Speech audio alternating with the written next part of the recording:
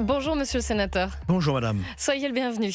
Merci. On va parler du 1er mai évidemment dans un instant. Juste avant, quand même, je voulais avoir votre réaction sur les prix du baril de Brent. Ils atteignent des records, on est monté jusqu'à 126, ils sont descendus à 116. Évidemment, les automobilistes, et pas seulement les automobilistes, le ressentent directement à la pompe et revoient leur budget. Olivier Faure a fait une proposition par rapport aux super profits de Total Energy. Il dénonce l'indécence de ces super profits. Je rappelle que les résultats trimestriels, les bénéfices en tout cas de Total Energy sont en forte hausse, 5,8 milliards de dollars, 51% de plus sur un an. Alors Olivier Faure propose de taxer ces super profits et ça pourrait rapporter 2 milliards d'euros. Vous allez nous répondre, je vous propose juste avant d'écouter Philippe Charlez. Il était l'invité de Dimitri Pavlenko ce matin et cet économiste a défendu, lui, Total Energy après les propos d'Olivier Faure. Écoutez-le. Les stations-service françaises ne réalisent absolument aucun bénéfice et aujourd'hui vend même pratiquement à perte puisqu'il a bloqué ses prix. Sur l'autoroute, tout le monde s'arrête dans les stations Total pour payer moins cher. Donc Total n'engrange absolument pas de bénéfices en France, excepté sur ses raffineries. Le bilan annuel, si ça continue comme ça, risque d'être assez négatif, si j'ose dire. Et donc Total ne payera pas beaucoup d'impôts en France sur ses bénéfices français. Mais par contre, effectivement, à l'étranger, Total est largement fiscalisé, gagne beaucoup d'argent à la fois, surtout sur le baril, mais aussi sur les marges de raffinage. Mais les taxations peuvent être très élevées à l'étranger. Je prendrai simplement l'exemple de la Norvège où l'imposition est de 75%. Alors, Patrick Kenner, est-ce qu'il faut faire cette taxe sur ces super profits de Total Energy ? Écoutez, quand j'écoute cet économiste sur votre antenne ce matin, j'ai envie de pleurer, quoi. Vraiment, Total, ça va pas du tout. Hein. Vraiment, c'est une entreprise qui ne gage rien. Je suis triste pour M. Pouyanné, c'est 4 millions d'euros de salaire annuel, sans compter les primes. Bon, je crois qu'il faut être sérieux. Total, c'est une très belle entreprise. C'est une major française, je le dis bien, qui ne paye pas d'impôts sur les sociétés en France. C'est quand même assez extraordinaire de le souligner, qui fait, j'ai retrouvé les chiffres, 250 milliards d'euros en 2025 de chiffre d'affaires, 250 milliards d'euros, et qui effectivement réussit ce pari économique assez extraordinaire, qui est de profiter de la crise. Je dis bien de profiter de la crise. Et quand je dis profiter, c'est pas un mot négatif, c'est un constat. 5 milliards d'euros, vous l'avez dit, de bénéfices au premier trimestre, 51% de plus sur l'année. Mais surtout, et vous ne l'avez pas dit, première mesure de Total, c'est racheter pour 1,5 milliard d'actions, donc pour son bénéfice, et de distribuer 5% de plus de dividendes au premier trimestre à ses actionnaires. Donc l'entreprise va très bien. Et elle ose même dire, c'est un peu cynique de sa part, dans son communiqué de presse d'hier, elle dit « Cette performance économique souligne notre capacité à capturer la hausse des prix. » À capturer la hausse des prix. Ce qui signifie que Total fait du business. Oui, mais c'est une entreprise. C'est une entreprise privée. Ça ne va pas nous choquer plus que ça, c'est une entreprise privée. Ça ne choque pas, sauf que à un moment donné, il y a des personnes qui, elles, souffrent de la situation. Et toute la question qui est posée, et que j'ai posée hier au Premier ministre, et qui m'a répondu longuement, 8 minutes de réponse, qui est énorme pour une réponse dans les questions d'actualité au gouvernement, mais il avait envie, et il a eu raison de le dire. La question c'est, est-ce que Total, qui fait beaucoup de bénéfices aujourd'hui, accepte, ou devrait accepter, ou prendrait l'initiative, je n'en sais rien, de contribuer à l'effort qui est demandé à tous les Français. Quand un Français aujourd'hui va mettre 120 € pour faire un plein de gasoil, 120 € pour un smicard, c'est presque 10% de son revenu. C'est énorme. Et donc, ce que nous disons simplement, puisque vous faites de formidables bénéfices parce que la crise est là, parce que vous avez réussi à produire plus ailleurs d'ailleurs qu'au Proche-Orient, au Moyen-Orient pour alimenter vos raffineries, voilà, c'est une très belle entreprise. Mais est-ce que dans une période de crise où nous-mêmes, nous allons consacrer 3 milliards de plus de dépenses pour les dépenses militaires, pour protéger notre pays, cette année, 3 milliards de plus dans le budget 2026, est-ce que Total ne peut pas prendre sa part finalement à la solidarité nationale. C'est tout ce que nous demandons quand nous disons, avec Olivier Faure, il a raison de parler d'un essence, une taxation sur les super-profits. Très honnêtement, taxer de 1 milliard ou 2 milliards total aujourd'hui, ça ne va pas modifier fondamentalement son équilibre économique. Mais eux, ils répondent, ils disent mais on a déjà plafonné les prix, on a fait quelque chose, et ils ont même anticipé puisqu'ils l'ont fait avant même que le gouvernement le demande. Ils ont plafonné les prix, et la conséquence a été que vous-même, moi-même, et sûrement bien d'autres, on est allés à Total. Donc c'est un coût extraordinaire. Ils plafonnent et ils savent qu'ils vont assécher les concurrents, BP, Esso et compagnie. Et vous verriez, il n'y a jamais eu de file d'attente sur Esso ou BP. Excusez-moi d'évoquer des marques. Tout le monde est venu sur Total, bien sûr, et donc ils ont créé du business en plus. Donc c'est un très joli coup, c'est une très belle entreprise, il faut le reconnaître, mais tout ce que nous disons, c'est contribuer un petit peu à l'effort national dans lequel nous sommes, pour les Français, les consommateurs, mais aussi pour l'État français qui a besoin d'argent en ce moment. L'État, justement, est-ce que la réponse de l'État face à cette augmentation des prix des carburants, Patrick Caner, est-ce qu'elle est suffisante ? Avec ces aides ciblées qui ont été prolongées. Je l'ai évoqué hier dans ma question à M. Lecornu. D'un côté, on a eu Mme Maud Bréjon qui disait il faut baisser les prix, mais on voit bien qu'avec, vous l'avez évoqué, la hausse du baril, ça va être quand même très, très compliqué. Nous pensons effectivement à des chèques énergie peut-être plus ciblés. D'autres, et je ne partage pas du tout cet avis, veulent une baisse totale de la TVA, une baisse. Là, c'est 12-13 milliards d'euros, et l'État ne peut pas se payer ça. Donc je pense que quand M. Lecornu dit toutes les hausses de fiscalité, 170 millions d'euros dans les caisses de l'État seront redistribuées, c'est une bonne chose, mais c'est très peu par rapport aux besoins. Donc si une partie des taxes sur les super-profits de Total et des autres peut-être pouvait animer et alimenter des aides complémentaires, moi je suis favorable. Je pense qu'il faut un juste équilibre. Très honnêtement, demander un effort exceptionnel parce que la situation est exceptionnelle et parce que les profits sont exceptionnels, ne me choque pas sur le plan presque moral. C'est même pas un problème politique, c'est un problème de morale. Patrick Caner est l'invité des grands entretiens d'Europe 1 Info le 1er mai. Écoutez, Charles Rodwell, qui était l'invité ce matin de la grande interview Europe 1 CNews, le député EPR qui a plaidé pour la liberté des travailleurs le 1er mai. Laissons aux gens la liberté. Si quelqu'un veut rester à la maison, profiter de ses enfants, profiter de sa famille, profiter de ses amis, profiter pour se reposer après une semaine de travail difficile, qu'il le fasse. Et l'autre, celui qui veut travailler, qui veut gagner un peu plus d'argent. Mais qui veut en plus gagner plus d'argent, parce que c'est un jour où il serait mieux payé que d'habitude. Eh bien, qu'il le fasse aussi. Mais au-delà de la question du 1er mai, c'est quand même du délire que ça fasse maintenant près d'un mois qu'on soit là-dessus, qu'on ait un débat politique sur un jour dans l'année. Je crois que cet exemple résume tout ce qu'est devenu notre pays de cette logique socialisante. Alors, Patrick Caner, 2 questions. Est-ce que vous trouvez déjà que c'est un délire d'avoir ce débat sur le 1er mai tellement symbolique en France ? Moi, je suis pour le statu quo. Parce qu'effectivement, comme l'a dit mon collègue, c'est un jour dans l'année et il faut arrêter de parler de liberté. C'est la liberté du renard dans le poulailler, quoi. Vous savez, si un patron boulanger demande à ses salariés de venir parce qu'il en a besoin, etc., même s'ils n'ont pas envie de venir en disant c'est le 1er mai, c'est un jour chômé. Vous savez, c'est le seul jour chômé parmi les 11 jours au niveau national. Donc, ils ne pourront pas résister. Même si ça ne leur plaît pas, ils ne pourront pas résister. Donc, moi, je suis pour le statu quo. J'ai pas envie de changer une règle qui est un symbole dans notre droit du travail français. Et puis, il faut tordre le cou à cette idée qu'un patron ne peut pas ouvrir sa boutique. Un boulanger... Il peut ouvrir, mais il ne peut pas avoir de salariés. Il ne peut pas avoir de salariés, c'est la règle. Et une fois écoutez, moi, le 1er mai, je ne vais pas faire des courses. Et je le sais à un an à l'avance, comme tous les 1er mai. Donc, j'ai envie de dire, mais c'est une fausse polémique. Un fleuriste peut ouvrir, vendre des fleurs, du muguet en particulier. Alors, à ce moment-là, pourquoi on n'empêche pas aussi les vendeurs à la sauvette, comme on dit, de vendre du muguet? C'est une tradition. Vous savez, les traditions, c'est important dans l'esprit national. Et je pense que ce débat est un mauvais débat.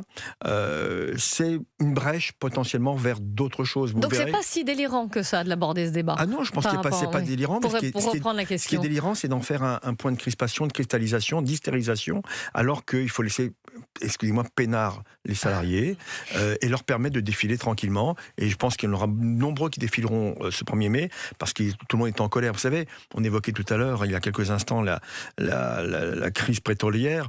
C'est dans une station essence qu'a commencé la crise des gilets jaunes. Il faut pas... Vous savez, comme un speech chinois, il ne faut pas mettre des gouttes sur les gouttes. Les Français veulent du pouvoir d'achat, ils ne l'ont pas aujourd'hui. Beaucoup survivent, y compris avec le SMIC. On a aujourd'hui 13 ou 14% de nos concitoyens qui vivent avec le SMIC, qui sont en emploi partiel. Je crois que le vrai débat aujourd'hui, ce n'est pas le 1er mai, il ne faut pas y toucher, c'est surtout le pouvoir d'achat des Français. Et ça, c'est un sujet qui est majeur. Mais les salariés qui vous disent, mais nous, on a envie de travailler le 1er mai, parce qu'en plus, on est payé plus. Qu'est-ce que vous leur dites ? Écoutez, je leur dis qu'ils sont payés. Enfin, il ne faut pas qu'il y ait d'erreur. Dire, le 1er mai n'est pas une journée non payée, elle est payée et chômée. Par solidarité, y compris pour l'histoire des combats sociaux, moi j'ai envie de dire à ces salariés que battez-vous plutôt sur l'augmentation de vos revenus tout au long de l'année et pas uniquement sur un jour. Dans un instant, on va se projeter. Pas très loin, 2027, c'est dans un an, ça se prépare, beaucoup de noms, beaucoup de candidats en tout cas. Mais juste avant, vous avez fait partie de la réunion qui avait lieu mardi, je crois, sous l'égide de la ministre Aurore Bergé pour un projet de loi pour lutter contre les formes contemporaines de l'antisémitisme. Alors, les contours de ce projet de loi se précisent un peu. Il y avait beaucoup de craintes quand même, et beaucoup de débats d'ailleurs, après la proposition de loi il y a un an. Ces craintes ont-elles été levées avec ce nouveau projet de loi ? En grande partie. Vraiment, je tiens à remercier Madame Bergé d'avoir pris l'initiative de cette rencontre, parce que tous les présidents de groupe ou les représentants de ces présidents étaient présents de l'Assemblée. Transpartisan. C'est transpartisan, et une réunion qui a duré 2 heures, qui était de très bon niveau, consensuelle. Ça peut sembler curieux, comme quand on sait qu'il y avait le RN et LFI de l'Assemblée nationale. Moi, c'est bien de savoir qu'il y a du dialogue. Il y a eu un dialogue, et il faut vraiment en donner acte à la ministre Bergé. Premier constat, c'est que tout le monde considère qu'il y a une montée de l'antisémitisme dans notre pays, puisque plus de la moitié des actes anti-religieux recensés, mais à mon avis, ça n'est qu'une toute petite partie des actes réellement constatés, mais sur 2500 actes anti-religieux, il y en a plus de la moitié sur la population, la communauté juive française, alors qu'elle ne représente qu'1% de la population française. Il y a 600 000 concitoyens juifs en France, 6 millions de musulmans, vous le savez, et puis tout le reste, c'est les religions chrétiennes, ou pas de religion du tout, naturellement. À partir de là, ce constat est terrifiant, parce que on sait bien que l'antisémitisme, ce n'est pas n'importe quel racisme. C'est un racisme... j'ai envie de dire, d'une société qui va mal, qui va très mal, qui exclut, même si tous les autres racismes sont bien sûr condamnables, et je les condamne par définition, je les combats dans mon combat politique de tous les jours. Mais nous avons décidé que le projet de loi, qui d'ailleurs sera présenté au Sénat, sûrement courant juillet, ce projet de loi comportera de nouvelles mesures contre l'antisémitisme et toutes les formes de racisme. Et donc c'était un élément d'apaisement dans cette réunion. Donc en ne niant pas la spécificité... Mais c'est ce que j'allais vous poser. Est-ce que ça, en ouvrant, en élargissant toutes les formes de racisme, est-ce que ça dénature pas l'existence même de ce projet de loi qui était de lutter contre les nouvelles formes d'antisémitisme ? Vous avez en partie raison sur le fait que... il y a déjà des lois, notamment la loi Guesso de 1990, qui devraient être mieux appliquées. Et c'est ça, nous l'avons dit. C'est bien de mettre un nouveau projet de loi, mais déjà, assurons-nous que les lois existantes soient correctement appliquées. Mais ce projet de loi va comporter des éléments complémentaires.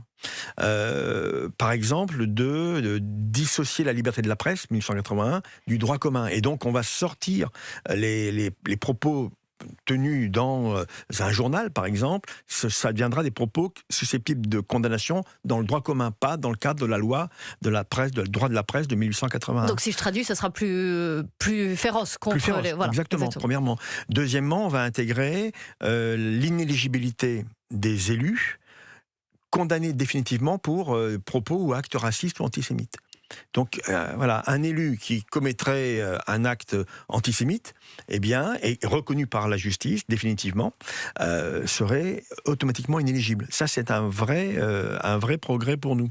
On va aussi travailler sur la question de la haine sur les réseaux. la haine en ligne.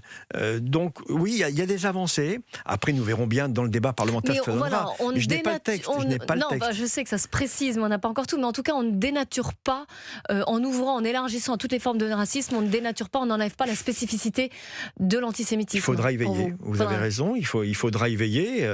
Ce sera un des chantiers. Simplement, la principale décision qu'on n'a pas encore évoquée, c'est que la question de la destruction sous-entendue d'État d'Israël, pour être très clair, qui était, encore une fois, sous-entendue dans la loi Yadan. On ne parlait pas d'État d'Israël, on parlait de la destruction de l'État. À mon avis, cette question de propos visant la destruction d'un État, quel qu'il soit, et en particulier Israël, devrait relever d'un véhicule législatif spécifique, mais qui n'avait pas à être là. Et parce que moi, je me refuse à essentialiser les Juifs de France, ou les Français de confession juive, à l'État d'Israël, ou en tout cas au gouvernement israélien. C'est vraiment deux choses différentes. Les Juifs de France n'ont pas à se justifier d'une politique faite par un État souverain à 3000 km, et donc on ne veut pas importer le conflit terrible que nous connaissons ici en France.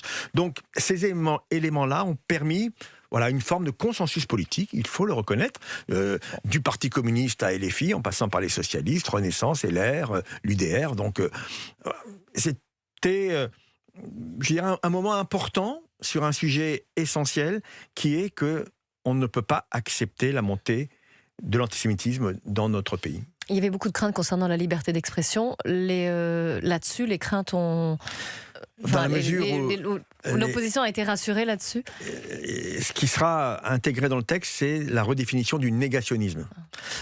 Et donc on peut espérer que par ce biais-là, on évitera effectivement les débordements qui consistent à considérer que le sionisme, c'est du colonialisme, etc., etc. Donc il faudra être vigilant sur la qualité de l'écriture de ce texte. Pour l'instant, il n'existe pas. Il passera sûrement fin mai au Conseil des ministres, après l'avis du Conseil d'État. Il y aura une étude d'impact, comme l'on dit dans notre jargon parlementaire, et puis le Sénat, avec sa configuration politique particulière, fera son œuvre, j'en suis convaincu. Patrick Caner, parlons de 2027. Alors, une nouvelle candidature. Bernard Cazeneuve, écoutez, Pierre Lelouch, invité hier de l'heure des pros sur CNews, qui a soutenu cette candidature pour la présidentielle de 2027. C'est un type qui a une grande expérience de la gestion des collectivités, de la gestion de l'État, qui est un type cultivé, qui a une vraie expression. Alors, qu'en pensez-vous, cette nouvelle candidature de Bernard Cazeneuve, de plus? D'abord, il n'a pas officiellement annoncé sa candidature. Non, mais enfin bon. Il laisse entendre. Il y en a beaucoup qui officiellement ne l'ont pas annoncé. Mais... Chez nous, il n'y en a qu'un, c'est Jérôme Gage. Pour l'instant. Pour l'instant, Olivier Faure peut y penser, Boris Vallaud aussi, François Hollande. Je tiens à vous rassurer à votre micro, je n'y pense pas. J'allais vous poser la question. Je n'y pense pas, je n'ai plus l'âge pour ce sport, même si je souhaite participer, comme je l'ai fait depuis ma plus jeune enfance, à cette belle campagne présidentielle, qui est essentielle pour moi, effectivement, et qui peut permettre l'arrivée au pouvoir de l'extrême droite dans notre pays. Non, mais ça fait beaucoup de pré-annonces de candidatures. Oui, on est dans un round d'observation. Il y a trop de gens dans la ligne de nage social-démocrate. Parce que Faure, Hollande, Gage, Cazeneuve, Glucksmann, c'est la même philosophie, social-démocrate et écologiste. Donc dans un round d'observation, beaucoup peuvent monter sur le ring. Après, il n'y en aura plus que deux sur le ring. Au bout du bout, il n'y aura plus que deux boxeurs. Mais justement, est-ce que dès maintenant, est-ce qu'il ne faudrait pas un peu clarifier les choses ? Quel est l'intérêt là de toutes ces candidatures? Vous parlez, tous les partis d'ailleurs parlent d'union en disant si on part divisé, on n'y arrivera pas, il faut une union, il faut une candidature unique. Et là, on a un nombre de candidats sur la ligne de départ. C'est le même problème à droite, c'est le même problème à gauche. À l'extrême gauche, ils ont un candidat, à l'extrême droite, ils ont un candidat. Enfin, en tout cas... on verra bien la suite judiciaire du procès de Madame Le Pen. Donc, mais on sait que l'extrême droite et l'extrême gauche auront un candidat identifié. À l'extrême gauche, il restera quand même quelques trotskistes divers et variés qui pourront se présenter, mais comme d'habitude.